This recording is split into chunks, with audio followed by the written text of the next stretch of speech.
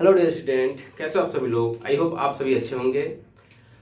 और आज हम पढ़ने वाले हैं सॉल्यूशन का लेक्चर नंबर 6। और इस लेक्चर में हम लोग डिस्कस करेंगे वेपर प्रेशर यानी कि वाष्प दाब और राउट का नियम। ठीक है, प्रीवियस लेक्चर में हम लोग हेनरी का नियम पढ़ा था। जो बच्चे पहली बार मेरा वीडियो देख रहे हैं उनसे रिक्वेस्ट है कि लिंक मैंने डिस्क्रिप्शन बॉक्स में दे दिए हैं सारे लेक्चर्स के। पहले जाकर प्रीवियस लेक्चर्स सारे देख लें, उसके बाद से इस लेक्चर को आएँ और चैनल को सब्सक्राइब कर दें, बेल आइकन को दबा दें ताकि जो भी वीडियो मैं अपलोड करूँ आपके पास नोटिफिकेशन तुरंत जा सके। ओके। और जो बच्चों ने अभी तक सब्सक्राइब नहीं किया वो प्लीज जो रेड वाला बॉक्स होता है सब्सक्राइब लिखा होता है नीचे, वहां पे सब्सक्राइब कर लें। ठीक है, तो आइए स्टार्ट करते हैं वेपर प्रेशर। ठीक है, तो आइए वेपर प्रेशर होता क्या है। आइए पहले बॉक्स बनाते हैं। ये बॉक्स बना दिए बड़ा सा। ठीक है, इसको मैंने दो पार्ट्स में कर दिया। इसमें क्या मैंने यहाँ पे ले लिया लिक्विड है, ये लिक्विड के यानी कि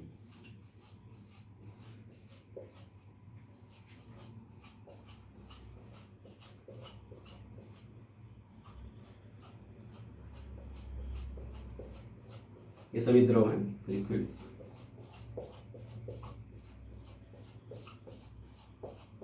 ठीक है, ये हो गया द्रव यानी कि लिक्विड। ठीक है, अब देखिए होगा क्या, ये जो लिक्विड के ये क्या होंगे, वेपोराइज होंगे यानी कि वेपर बनेंगे ऊपर।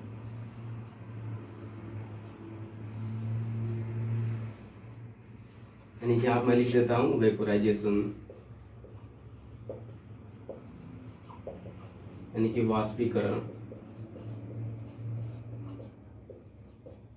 ठीक है, यानी कि वेपर बन गए। वेपर बनने के बाद यहाँ पे कलेक्ट हो जाएंगे। ये क्या हो जाएगा, गैस भाई आपका, ये सारे ये गैस। ठीक है, ये गैस होंगे, गैस के अणु होंगे। ठीक है, यानी कि वेपर बनने के बाद ठीक है कुछ देखिए समझिए। अब ये क्या है, लिक्विड है, लिक्विड से क्या हो रहा है, वेपर बन रहा है। अब वेपर ये बनेंगे, वेपर के बनेंगे क्या बनेंगे, प्रेशर लगाएंगे। ठीक है, प्रेशर लगाएंगे तो देखिए क्या होगा, अब ये क्या होगा, अब ये जो है आपके गैस के अणु। ठीक है, अब ये क्या होंगे, चेंज होंगे आपके, ये संघनित होंगे, संघनन होगा यानी कि ये फिर से वापिस से द्रव बन जाएंगे। ठीक है, ये हमारे स्कूल ग्राम में संघनन। ठीक है, यानी कि मैंने डिफिनेशन लगाया है कि वाष्पीकरण एवं संघनन की साम्यावस्था यानी कि लिक्विड चेंज हो रहा है किसमें, गैस में। ठीक है, ये लिक्विड किसमें चेंज हो रहा है, गैस में। और फिर ये जो गैस है किसमें चेंज हो रहा है, लिक्विड में। यानी कि यहाँ पे क्या आ गया, इक्विलिब्रियम यानी कि साम्यावस्था आ गया। यानी कि संघनन और वाष्पीकरण की साम्यावस्था पर जो गैस के अणुओं द्वारा द्रव की सतह यानी कि गैस के अणु ये हो गए, इसके द्वारा जो द्रव का ये जो सतह है, ये जो सतह है, इस पे जो दाब लगाया जाता है उसे क्या कहते हैं, वाष्प दाब। क्लियर हो गया समझ में। यानी कि संघनन और वाष्पीकरण की साम्यावस्था पर गैस के अणुओं द्वारा द्रव के सतह पर लगाया गया दाब क्या कहलाता है, वाष्प दाब कहलाता है। सिंपल सा कॉन्सेप्ट है। ठीक है, अब आइए अगला समझते हैं कि कौन कौन से ऐसे फैक्टर हैं जो वाष्प दाब को प्रभावित कर सकते हैं। ठीक है,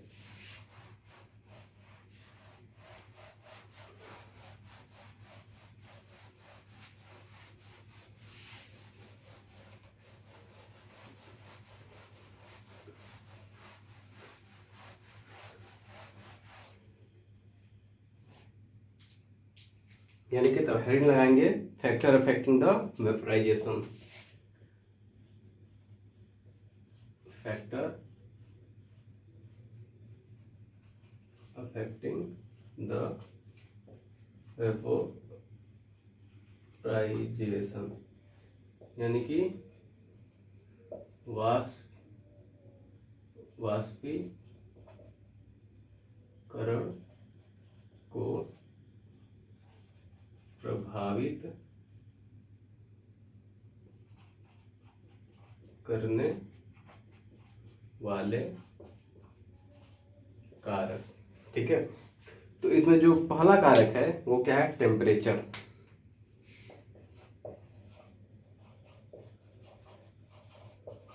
टेम्परेचर यानी कि तापमान। ठीक है, तो बात समझिएगा।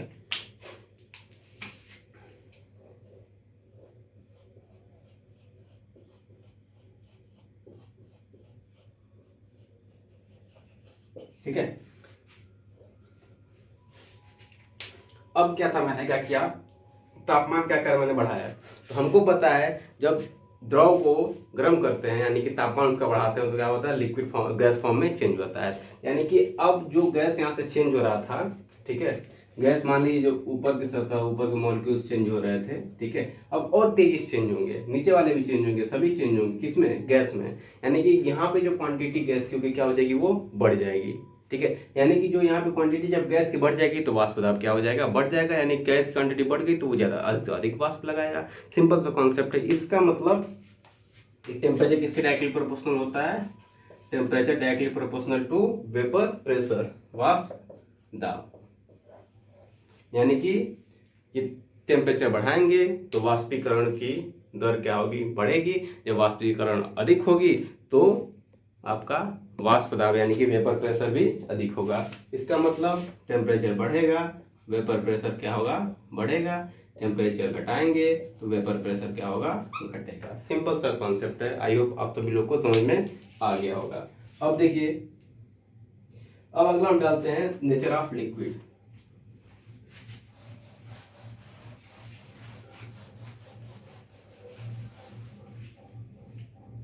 जो दूसरा है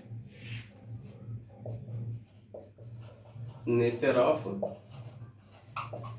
लिक्विड यानी कि द्रव की प्रकृति। ठीक है, तो देखिए, तो यहाँ पे जो वेपर प्रेशर होगा is inversely proportional to intermolecular force of attraction. ठीक है, यानी कि अंतर आणविक आकर्षण, वैसे आप बोलते हैं अंतर आणविक आकर्षण बल। इस बात को समझिए। दो लिक्विड ले लेते हैं हम। सबसे पहले एक मैं क्या लेता हूँ, ईथर ले लेता हूँ, CH3O CH3। ठीक है, एक क्या लेता हूँ मैं, अल्कोहल ले लेता हूँ। ठीक है, तो अब देखिए ईथर और अल्कोहल में, ठीक है, किसमें वाष्पीकरण सबसे अधिक होगा। तो इस बात को समझिए। इसमें क्या होता है भाई, इसमें H बॉन्डिंग पाई जाती है, हाइड्रोजन बॉन्डिंग पाई जाती है, हाइड्रोजन बॉन्डिंग। ठीक है, इसमें वांडर वॉल,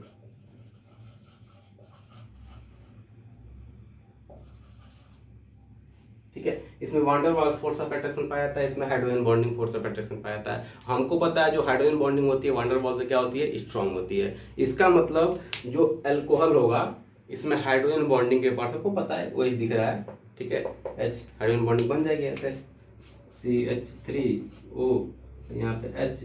ठीक है, एक इधर आ जाएगा इसका मॉलिक्यूल O, CH3, और यहाँ पे H, यहाँ पे इन दोनों के बीच का हाइड्रोजन बॉन्डिंग बन जाएगी। ठीक है, तो जो अल्कोहल के जो अणु होंगे आपस में हाइड्रोजन बंध के द्वारा जुड़े होंगे, और इसमें क्या होगा, अंतराणविक बंधक, दोनों अंतराणविक बल है। हाइड्रोजन बॉन्डिंग में ये भी क्या है, हाइड्रोजन बॉन्डिंग, ये भी क्या है, अंतराणविक बल है।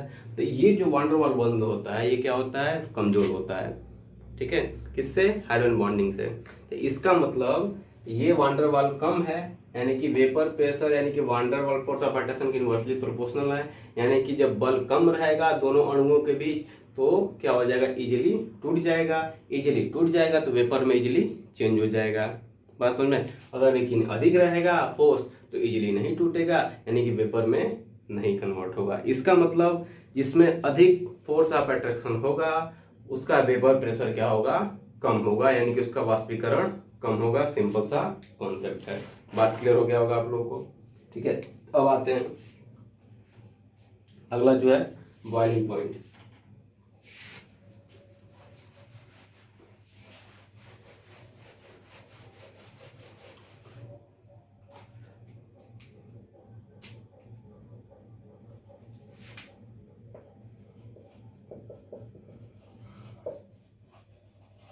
Boiling point. ठीक है, तो बॉइलिंग पॉइंट क्या होता है, inversely proportional to vapour pressure. अब इस बात को समझेंगे आप, यानी कि दो द्रव है, ठीक है, एक का बॉइलिंग पॉइंट 25 डिग्री सेल्सियस है, एक का बॉइलिंग पॉइंट 50 डिग्री सेल्सियस है। ठीक है, दो द्रव है। ठीक है, अब क्या करते हैं, इसको 25 डिग्री सेल्सियस पे क्या हो जाता है, ये वेपर बन जाता है, ये क्या हो जाता है 50 डिग्री सेल्सियस पे वेपर बनता है। तो इसका मतलब कौन सा इजीली हो जाएगा, तो कम वाला जल्दी क्या हो जाएगा, आसानी से वेपर बन जाएगा। यानी कि वेपर प्रेशर जैसे ही वेपर बन जाएगा तो वाष्प दाब भी अधिक होगा। तो इसका मतलब बॉइलिंग पॉइंट कम होगा, यानी कि वेपर प्रेशर क्या होगा, बॉइलिंग पॉइंट कम होगा तो वेपर प्रेशर अधिक। इन्वर्स रिलेशन है ना, यानी कि बॉइलिंग पॉइंट कम, यानी कि वेपर प्रेशर क्या होगा, अधिक होगा। अब बॉइलिंग पॉइंट ज्यादा होगा तो वेपर प्रेशर क्या होगा, कम होगा। सिंपल सा फंड है, इसमें कोई ज्यादा सोचने वाली बात नहीं है, इन्वर्सली रिलेशन है। ठीक है, अब अगला जो आता है प्योरिटी ऑफ लिक्विड।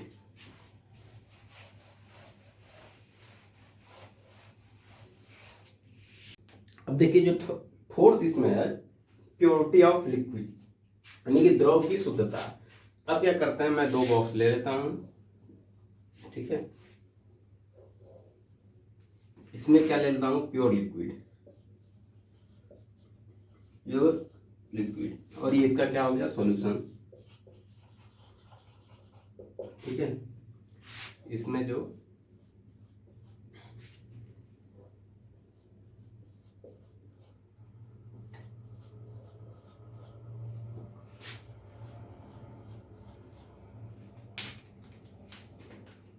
ये शुद्ध द्रव है। ठीक है, ये क्या है, विलयन है। ठीक है, इसमें क्या है, कुछ अवाष्पशील, कुछ ये अवाष्पशील, ठीक है, अवाष्पशील विलय। ठीक है, यहाँ पे कुछ वेपर प्रेशर होगा। ठीक है, यहाँ पे इसको मान लेते हैं P1, यहाँ पे कुछ वेपर पेपर होगा। ठीक है, यहाँ मान लेते हैं P2। ठीक है, तो समझिए बात को, जब ये शुद्ध अवस्था में था, ठीक है, शुद्ध अवस्था में था, यानी कि जो विलायक के जो अणु थे वो क्या होते थे, सरफेस पे थे। ठीक है, वाष्पीकृत हो रहे थे, वेपर प्रेशर कुछ था।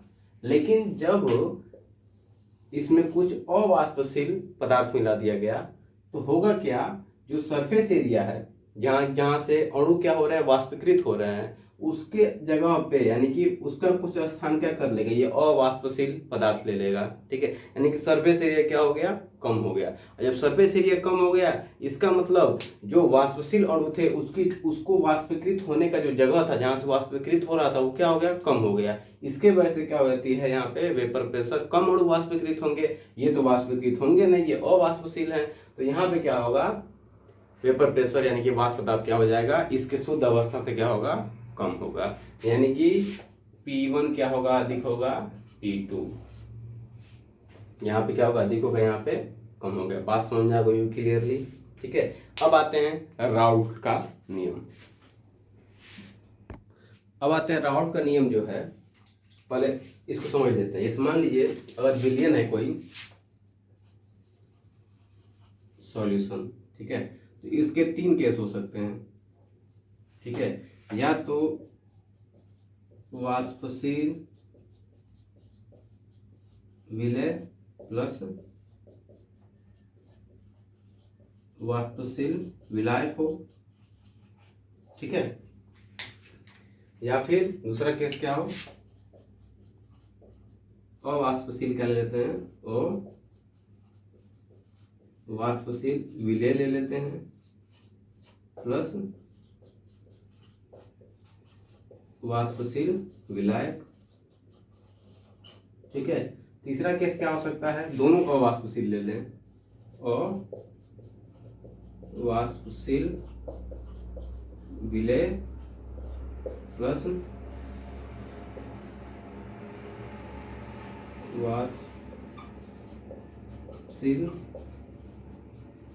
विलय। ठीक है, तो अब देखिए बात समझिए क्या है, यानी कि अवाष्पशील विलय और अवाष्पशील विलायक, सॉरी वाष्पशील विलेय और वाष्पशील विलायक। तो यहाँ पे भी कुछ वेपर प्रेशर होगा, वेपर प्रेशर यहाँ पे भी होगा। अवाष्पशील विलेय है लेकिन विलायक क्या है, वाष्पशील है, तो यहाँ पे भी क्या होगा, वेपर प्रेशर होगा। ठीक है, अब देखिए अवाष्पशील विलेय और अवाष्पशील विलायक, तो यहाँ पे वेपर प्रेशर होगा नहीं। जब विलेय विलायक ही अवाष्पशील है तो वाष्पीकृत होगा ही नहीं, तो वाष्पीकृत होगा ही नहीं तो वेपर प्रेशर कहाँ से आएगा भाई, आसमान से उड़ के आ जाएगा। ठीक है, तो अब ये दो केस को हम लोग क्या करेंगे, यहाँ पे डिस्कस करेंगे इस दो केस को। ठीक है, फर्स्ट केस को पहले डिस्कस करेंगे, फिर सेकेंड केस को डिस्कस करेंगे। तो आइए सबसे पहले फर्स्ट केस को देखते हैं।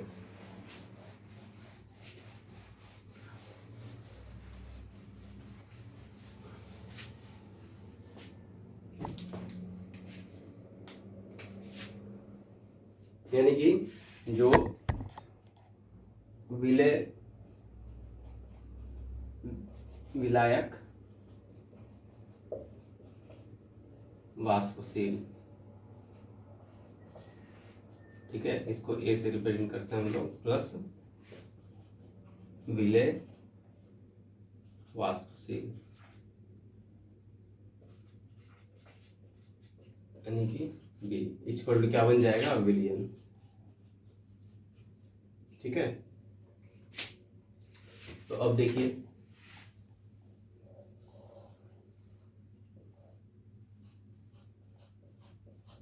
इसको ए ए ए ए ए, ठीक है, नीचे भी सब ए ए ए ए।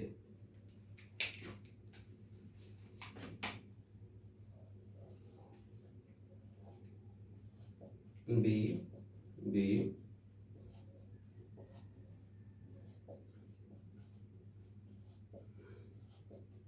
बी, ठीक है, अब ये बनेगा विलियन।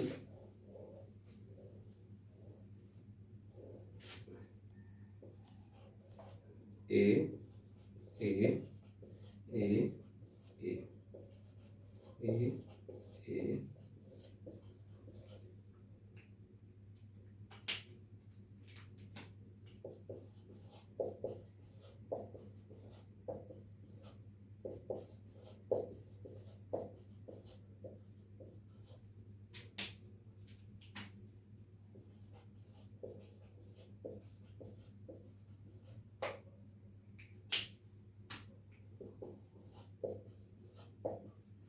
ठीक है, अब देखिए क्या किया मैंने, ये विलायक क्या है, वाष्पशील है, ये विलेय क्या है, ये भी वाष्पशील है, दोनों को मिला दिए, दोनों क्या है, वाष्पशील है। तो यहाँ पे कुछ वेपर प्रेशर होगा। ठीक है, यहाँ पे कुछ वेपर प्रेशर होगा, यानी कि यहाँ पे जो वेपर प्रेशर है इसको हम मान लेते हैं पी नोट ए। ठीक है, पी नोट ए मतलब यहाँ पे शुद्ध अवस्था में वाष्प दाब किसका, विलेय का, सॉरी विलायक का। यहाँ पे कुछ वेपर प्रेशर होगा। ठीक है, इसको मान लेते हैं पी नोट बी। ठीक है, तो ये क्या हो जाएगा, ये भी शुद्ध अवस्था में वाष्प दाब, शुद्ध अवस्था में वाष्प दाब। ठीक है, इतना बात क्लियर है। अब देखिए अब क्या करते हैं, दोनों को मिला देते हैं। तो अब दोनों को मिला देंगे, ठीक है, तो ए की वजह से भी कुछ वेपर प्रेशर होगा, ठीक है, और बी की वजह से भी कुछ वेपर प्रेशर होगा। ठीक है, तो जो ए की वजह से वाष्प दाब होगा इसको पीए बोलते हैं। ठीक है, और जो बी की वजह से वेपर प्रेशर होगा उसको क्या बोल देते हैं हम, पीवी। ठीक है, तो राउट लॉ क्या कहता है, राउट लॉ ये कहता है कि स्थिर ताप पर किसी विलयन का वाष्प दाब उसके वाष्पशील घटकों यानी कि वाष्पशील घटकों के मोल अंश। ठीक है, तो यहाँ मान लेते हैं लेट, यहाँ पे लेट ए का मोल अंश, ए के मोल अंश को क्या लिखेंगे, एक्स है। ठीक है, और बी का मोल अंश क्या लिखेंगे, एक्स भी लिखेंगे, यहाँ पे तो कोई दिक्कत नहीं। तो क्या कह रहा है कि मोल अंश के वाष्पशील घटकों के मोल अंश के समानुपाती होता है। इसमें वाष्पशील घटक क्या है, ए और बी है, यानी कि विलेय और विलायक है। यानी कि P A is directly proportional to X A, P B is directly proportional to X B. यही क्या कहता है राउट लॉ। इसका इम्प्लाई, इसका मतलब क्या होता है, पी ए यहाँ कोई कांस्टेंट के आ जाएगा और ये एक्स ए यहाँ पे भी, this implies P B proportionality को हटाएंगे तो कोई कांस्टेंट के आएगा यहाँ पे एक्स बी। यही क्या है, इक्वेशन फर्स्ट बना दीजिए, यही क्या है, राउट लॉ है। बात समझ में आ गया। यानी कि किसी भी विलयन में स्थिर ताप पर किसी विलयन का वाष्प दाब उसके वाष्पशील घटक के मूल अंश के क्या होता है, समानुपाती होता है। यही आपका राउट लॉ। ठीक है, अब देखिए, अब इसमें कुछ हम मानते हैं, कुछ फार्मूला निकालते हैं जिसपे हम लोग क्या करेंगे, न्यूमेरिकल क्वेश्चन को सॉल्व करेंगे।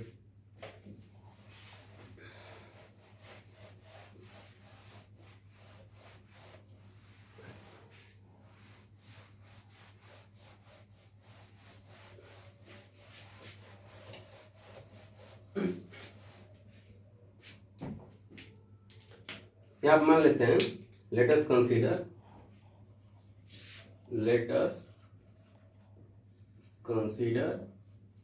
प्योर ए। ठीक है, मतलब केवल हम क्या मान लेते हैं, विलयन को जिसमें क्या है, केवल एक ही सब्सटेंस है, वो भी क्या है, विलायक है। ठीक है, ए। ठीक है, तो जब ए है किसका मतलब एक्स, उसका मोल किसका, एक्स ए का मोल अंश क्या होगा, 1 होगा और एक्स बी का मोल अंश क्या होगा, 0 होगा। जब उसमें विलय है ही नहीं तो विलय का मोल अंश की तो बात ही नहीं करेंगे, वो 0 होगा। केवल विलय है, विलायक है तो केवल 1 होगा। ठीक है, तो अब देखिए, हमको पता है क्या, हम अभी हमने क्या लिखा था।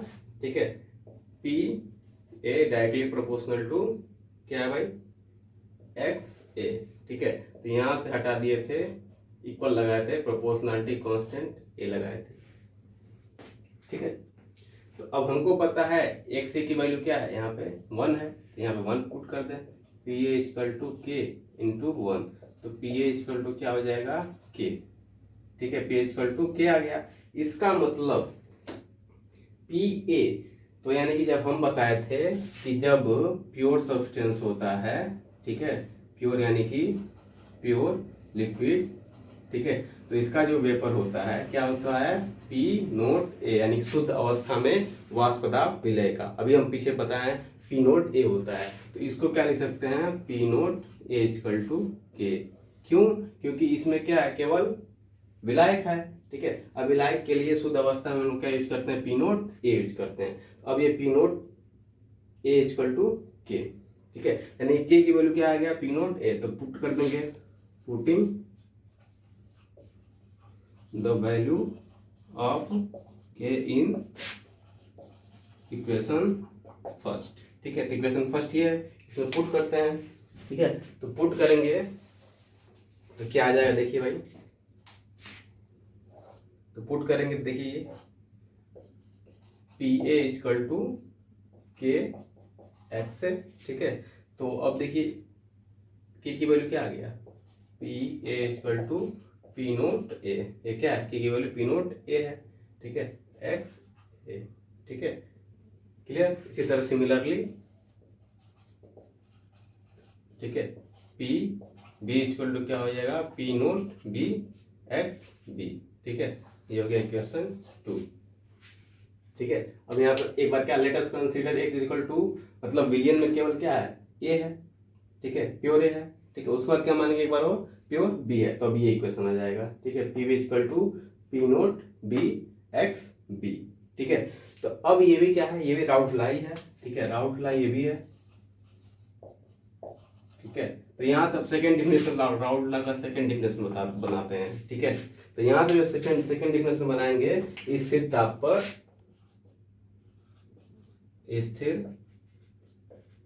ताप पर किसी विलयन का वाष्प दाब, किसी विलयन का वाष्प दाब या किसी घटक का आंशिक वाष्प दाब। अब देखिए जब किसी घटक की बात करते हैं तो आंशिक ले लेते हैं, ठीक है। वाष्प दाब मतलब पूरा टोटल, ठीक है, पूरा टोटल। और जब किसी एक घटक की बात करेंगे तो आंशिक बात करेंगे, ठीक है। किसी घटक का आंशिक वाष्प दाब उसके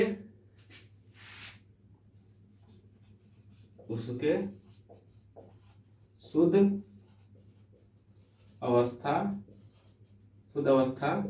में वाष्प दाब, ठीक है, उसके शुद्ध अवस्था में वाष्प दाब तथा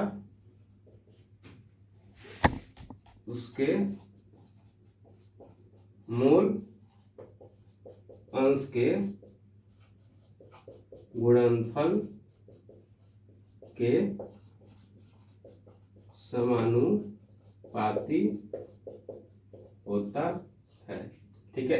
यानी कि एक डिफिनेशन राउट लॉ का ये भी हो गया, ठीक है। क्या लिखा है मैंने, देखिए इसी बात को मैंने लिख दिया, ठीक है। स्थिर ताप पर किसी विलयन का वाष्प दाब या किसी घटक के आंशिक वाष्प दाब, यानी कि पीए की बात कर रहे हैं, ठीक है, कि वाष्प दाब उसके शुद्ध अवस्था में वाष्प दाब, यानी कि पी नोट, ये क्या है, पी नोट क्या है, पी नोट ए क्या है, शुद्ध अवस्था में वाष्प दाब है,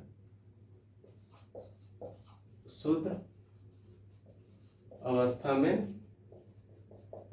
वाष्प दाब, ठीक है, तथा, ठीक है, उसके मोल अंश, यानी कि मोल अंश क्या है, एक्स के गुणनफल का समानुपाती होता है, ठीक है। तो बात आपको क्लियर हो चुकी होगी, ठीक है। समानुपाती होता है या के बराबर होता है, ठीक है। गुणनफल के समानुपाती नहीं, के बराबर लिखे, सॉरी, के बराबर होता है, ठीक है, समानुपाती नहीं, समानुपाती दिक्कत हो जाएगा, ठीक है। तो ये हो गया। अब देखिए इधर आप एक्स से एक्स बी की बात करेंगे उस तरह ये भी हो गया। अब आइए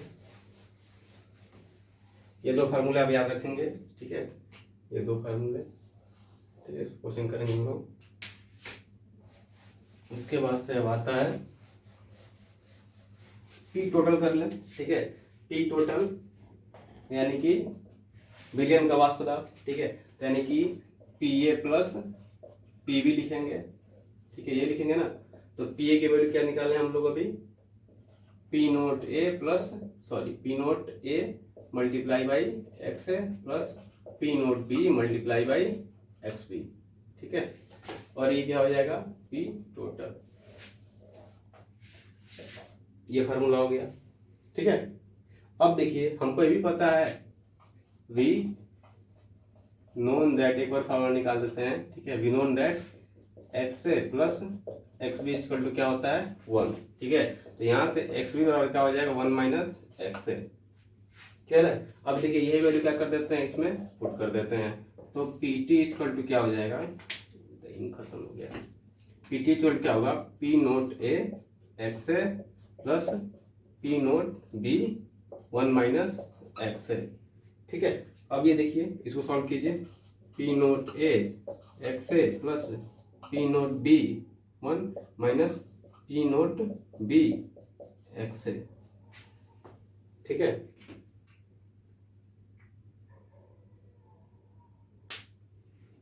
अब ये देखिए अब इसको साथ में ले लीजिए, पी नोट बी को इधर लाइए, पी नोट बी, ठीक है, प्लस अब यहाँ पे P note A X A plus P note B X A, ठीक है। अब एक्स ए यहाँ से कॉमन ले लेते हैं, P note B plus X A common ले लिए, ठीक है। तो ये क्या हो जाएगा, ये P A plus P note B, ठीक है। तो ये फार्मूला हो गया पी टोटल का, ठीक है, फार्मूला ये हो गया, ठीक है। अब आते हैं इसका एक ग्राफ समझते हैं।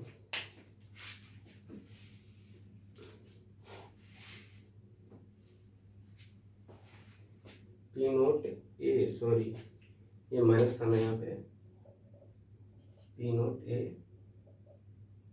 ये माइनस था, ठीक है। अब आइए ग्राफ समझते हैं, ये जनरली पूछता है एग्जाम में, सिंपल सा ग्राफ है, ठीक है।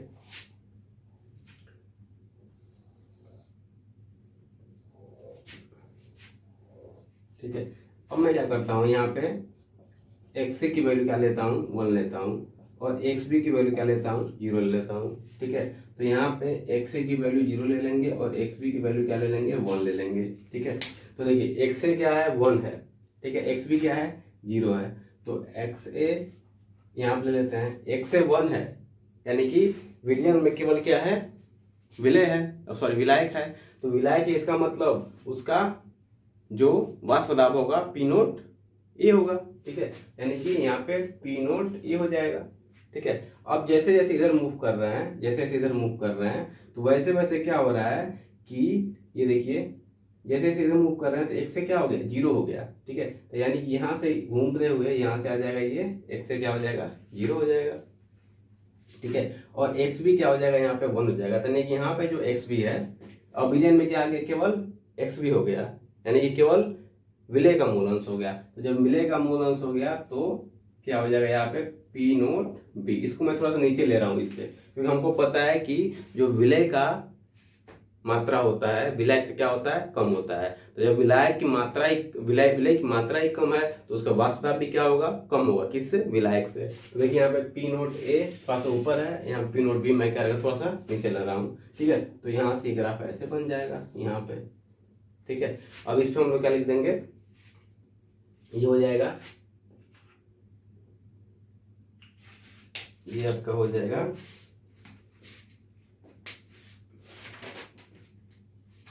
ये हो जाएगा आपका P A equal to P note A X है, और ये हो जाएगा आपका P B equal to P note B X B.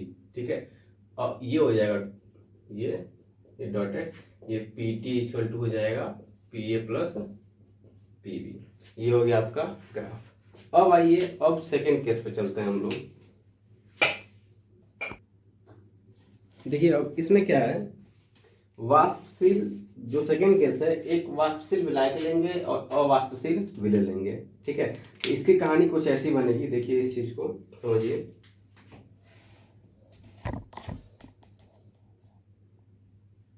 इस बात को समझिए आप लोग, ये जा रहा है। ठीक है,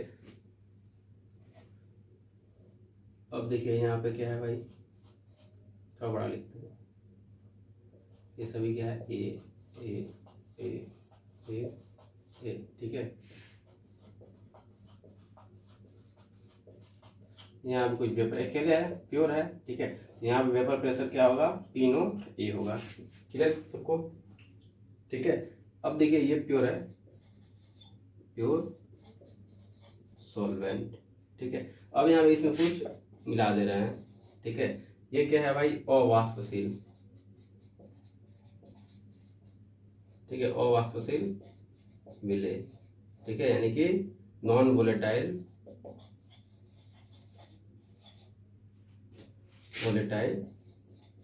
सोल्यूट।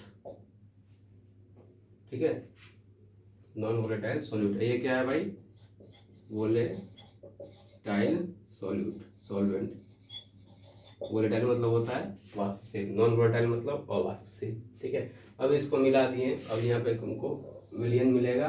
ठीक है, विलियन में देखिए यहाँ पे A B A B A B B B. ठीक है, A B A B A B A B, यानी कि इसका मतलब यहाँ पे अगर पी नोट ए है तो यहाँ पे प्रेशर क्या होगा भाई, पी ए होगा। ठीक है, यहाँ पे वेपर प्रेशर कुछ होगा, और बी के वजह से तो होगा नहीं। बी क्यों नहीं होगा, क्योंकि वो अवाष्पशील है। जब अवाष्पशील है तो वेपर फॉर्म में कन्वर्ट होगा नहीं। जब वेपर फॉर्म में कन्वर्ट होगा नहीं तो उसकी बात ही नहीं करेंगे, केवल बात किसी करेंगे, पीए की बात करेंगे। लेकिन एक बात समझिए आप यहाँ पे, कि जो शुद्ध अवस्था में है, अभी हम बताए हैं, ठीक है, उसमें कुछ मिला देते हैं अशुद्धि, तो क्या होता है उसकी, अभी हम जो फैक्टर जब बता रहे थे वहाँ पे हमने डिस्कस किया था, उसका जो वाष्प दाब क्या हो जाता है, कम हो जाता है। ठीक है, क्यों कम हो जाता है, क्योंकि सरफेस एरिया पे क्या आ जाते हैं, ये कुछ अवाष्पशील विलय आ जाते हैं। बी देखिए कवर कर लिया। ठीक है, तो इसका जो सरफेस एरिया है जिसपे केवल वाष्पशील विलायक होते हैं, वो क्या होता है, कुछ कवर कर लेते हैं अवाष्पशील वाले, इसलिए सरफेस एरिया पी नोट क्या होता है, कम हो जाता है स्वभावशील। तो यहाँ पे देखिए, यहाँ पे पी नोट ए क्या होगा, अधिक होगा पी ए से। ये बात समझ में आई? ठीक है, यानी कि कुछ वाष्प दाब में क्या हो गई, यहाँ पे कमी आ गई। बात समझ में आ रही है? यानी कि जो वाष्प दाब में कमी आई उसी को बोलते हैं अवनमन। ठीक है, अपेक्षिक अवनमन क्या बोलते हैं, वाष्प दाब में अपेक्षिक अवनमन, अभी उसको भी बताते हैं, देखिए यहाँ पे। ठीक है, तो आइए अब उसी चीज को निकालते हैं, कितनी कमी आई। तो यहाँ पे डेल्टा पी इक्वल टू क्या लिखेंगे हम, कौन बड़ा है भाई, ये बड़ा है, पी नोट ए माइनस। ठीक है, अब देखिए delta P again equal to क्या हो जाएगा, पी नोट ए, ऐसे रहेगा। इसलिए अब क्या लिख सकते हैं हम, वही ला क्या होता है, राउंड ला लगा दिए यहाँ पे। ठीक है, तो पी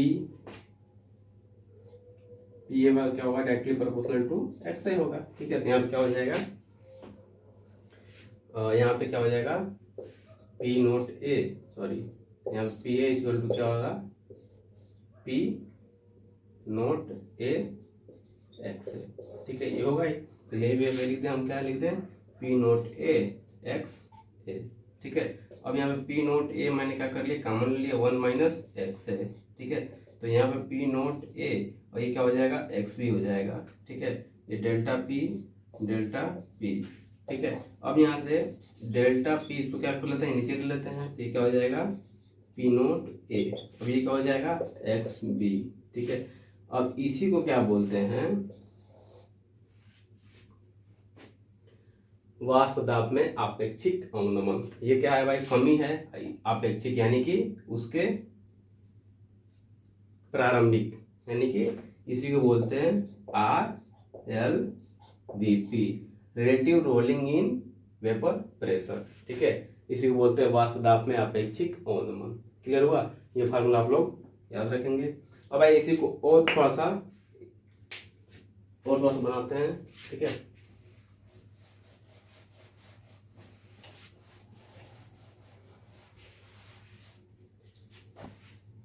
क्या है भाई, delta P upon P note A equal to X B है।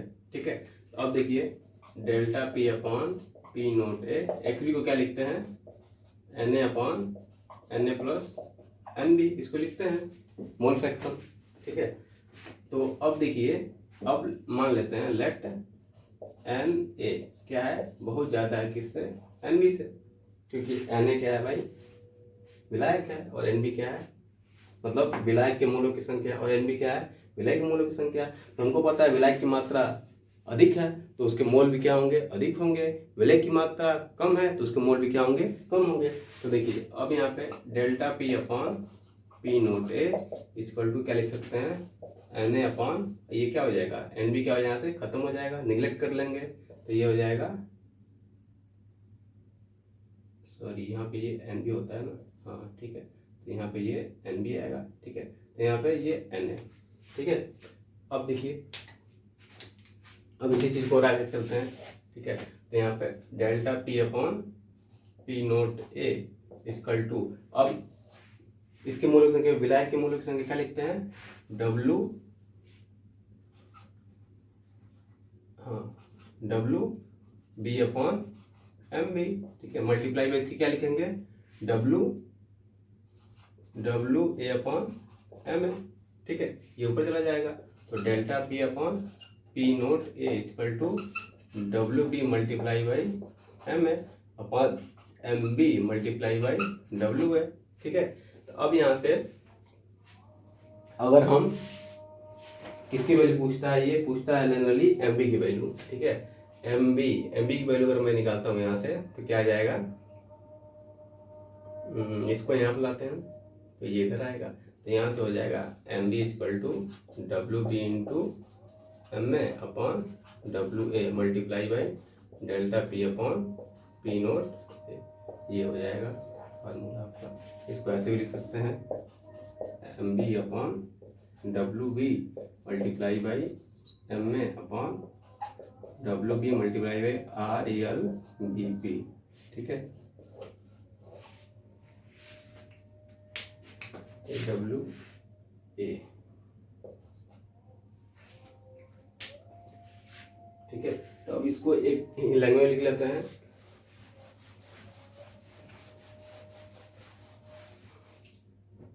फिर क्या हो जाएगा, MB यानी कि विलय का मोलर मास इक्वल टू क्या हो जाएगा, WB यानी कि इसको क्या लिखेंगे,